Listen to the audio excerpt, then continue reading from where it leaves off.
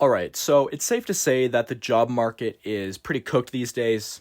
You're seeing massive layoffs and job postings that have thousands of applicants. I mean, what can you do to get ahead? The volume and the numbers are against you. But I just want to share my story because I actually did manage to get an internship. And not only that, I managed to secure 3 research assistant jobs at my university. And so now I lie in a very, very rare area where I actually have an abundance of opportunity, which 99% of people cannot say the same. So I just want to share what I did different, and I want you to copy what I did, because this might be one of the only ways to get ahead, or even just stay on pace with society, because you need a job. If you're in your undergrad, you need to get an internship.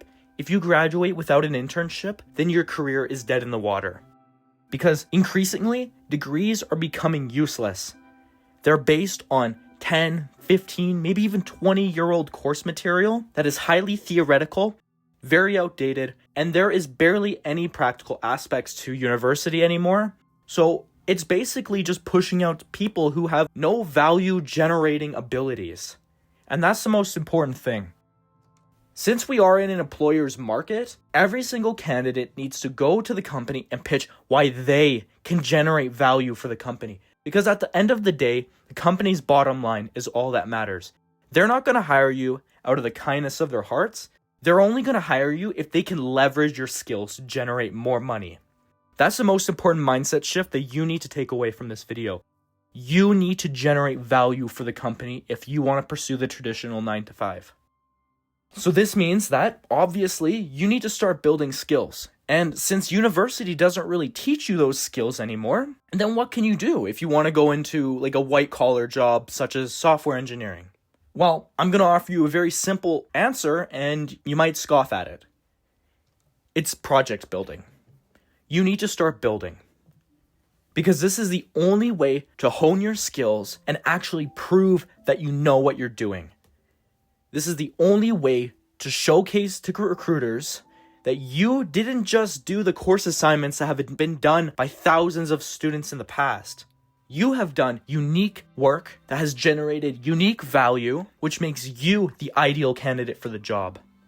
So, if you're into software development, this means that you need to get on GitHub and start cranking out projects. It doesn't matter what it is. It doesn't matter if it's buggy or if the UI is disgusting. It just matters that you start and that you do it consistently. And the best part, honestly, about this is you can pick whatever you want. You're not locked into whatever course assignments were given to you. You have the freedom of choice to decide what you want to pursue. And so some of the things that I did was I built a password library that allowed me to generate passwords on demand and link them to applications that I use, giving me a very secure and reliable password storage on my computer. Other stuff that I did was I made a couple very simple video games. I made a Pong game and I made a Flappy Bird game, both using plain Java, not even Unity or Unreal, just plain Java, just to demonstrate my knowledge and hone my skills. I also built a personal website that displayed my portfolio. And I even started training basic AI models using PyTorch, as I kind of mentioned in my past videos. And those personal projects, on top of doing very public and collaborative projects like the ones I've done at hackathons in the past, have given me an edge. Because as I recall from some of the interviews I did, I leaned really, really heavily on the hackathon work that I did, where my team built an AI-powered application that solved a real-world use case. And if it wasn't for that single 24-hour experience of attending that hackathon, I would not have the job I have now. That experience set me apart because not many developers actually go to hackathons, even though they're so accessible and they're really not that hard to get through. I mean, the application my team put together, it was a web-based thing and it didn't even have any CSS. Like, it was a disgusting website. But the most important thing was that the core functionality was there. And just the fact that we did something, we produced something and we presented it to the judges, and I was able to talk about the experience in the interview. And the recruiter was very impressed. They understood that I have what it takes to learn new things in a very short amount of time. They see that I'm adaptable and work well under pressure. They see that I can communicate with a team and delegate work in an effective manner. All these things just from a single 24-hour event. And that's what got me my job. But that said, I think that was only one aspect, because that was just the interview. But there's more parts to a recruiting process than just the interview, because they go and they can take a look at your GitHub, your LinkedIn, your resume, your cover letter, and all of that. And you got to make sure that none of those are bare bones. I'm very bullish on having a good resume, especially in the age of ATS systems, applicant tracking systems, where they basically use AI to filter out garbage, or not even garbage, just any resume that doesn't meet the keyword requirements. And not many people know about ATS systems. That's why they just shotgun blast the resume across various jobs and they don't get any response. It's because a human doesn't even see it. If you don't or you can't tailor your resume to the specific job you're recruiting for, then you have no hope. You actually need to take the time to tailor your resume. You got to add the specific keywords seen in the job posting, and you need to describe how you can deliver actual value to the company you're applying to, which means you need to have numbers on your resume. I delivered X at Y company to achieve Z result, right? I achieved an X number increase in customer retention at this company. Or I increased the Yelp review by this much while working there thanks to my customer service. Or I increased the company revenue by X amount. Just stuff like that. You need to describe how you can actually bring tangible, bottom line value to the company you're applying to. And beyond that, you got to make sure that your LinkedIn reflects the kind of value that you can bring. You got to establish your credibility. People mock LinkedIn and they scoff at it. Sure, all of my friends scoff at it, despite me pushing them to get it. But I'm serious. You need to get on LinkedIn and you need to take it very seriously. You gotta have a nice profile picture and your content on your page needs to be pristine. You gotta have projects on there. You gotta have recommendations, if possible, from other people to give you credibility.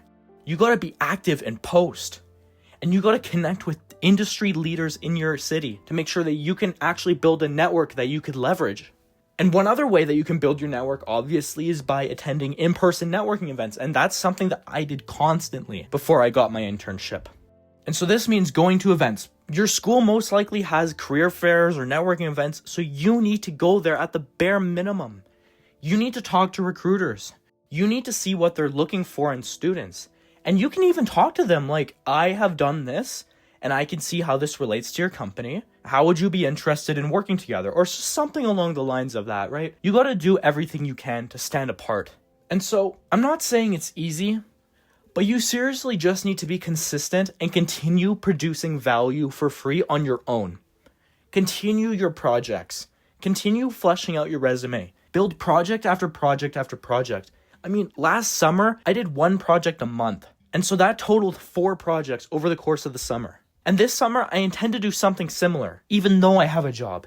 It's about building momentum. It's about compound interest. And I promise you, if you actually start building, then you are going to stand out. Because at least from my personal experience, only between 1 and 5% of the people in my entire university program actually have an active GitHub. The rest just follow along with the course content and don't do anything extra. And then they wonder why they can't get an internship. So that's your edge. You gotta build a personal brand and you gotta build projects. And by doing that, you'll build credibility and trust. And then you can come back to me and tell me if it's still impossible to get an internship. You're gonna see that you're gonna have a lot more opportunity in terms of the job market. You're gonna start to see a lot more interviews and you're gonna see a lot more job offers. This job market is problematic, but you can still get ahead if you position yourself as a competitive applicant. And personally, I can say that this worked out really nicely for me because between networking and project building, I've already gained 8 months of internship experience in the tech industry, and I've just secured a 1-year tech internship. And I also had 3 professors approach me at my university to do technical research assistant work that I'm going to be doing in parallel with my tech internship over the next year. So even though I achieved the internship, I'm not slowing down. I'm only going faster. because you need momentum if you're going to break into the job market. And the only way to get momentum is to actually work. Even if it's not working now, it eventually will. So you can't give up. You need to keep going. If you have any questions, I'd love to help you out. You can message me in the comments or send me an email. But these are my generally high-level thoughts on how I got my job. Will it work out for you? I'm not sure, but it's what worked for me. So thank you so much for watching, and get to work. You got this. See you next time.